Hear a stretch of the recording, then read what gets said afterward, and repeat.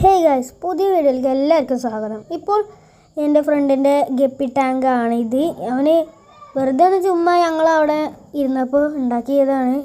വലിയ ടാങ്കായിരുന്നു. അതിൽ ആദ്യം കുറച്ച് ഇറങ്ങി കുളിച്ചു. ഇപ്പോൾ കാണുന്നത് അവൻ്റെ ഗപ്പി കുട്ടികളെയാണ്. ഇപ്പോൾ കാണാനൊക്കെ പറ്റും അതിറ്റങ്ങളെ.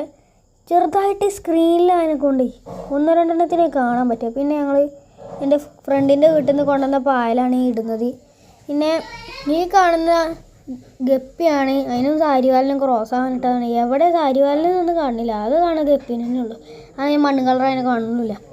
പിന്നെ കാണുന്ന മുഷിയാണ്.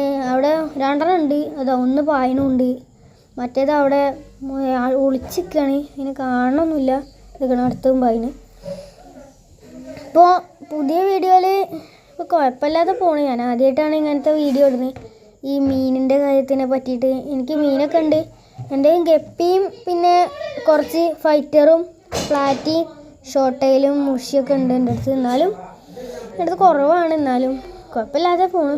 പിന്നെ എല്ലാവർക്കും വീഡിയോ സബ്സ്ക്രൈബ് ചെയ്യാൻ KM10 Rithul KL10 Aju M4 പറയുന്ന പേജ് സബ്സ്ക്രൈബ് ചെയ്താൽ മതി.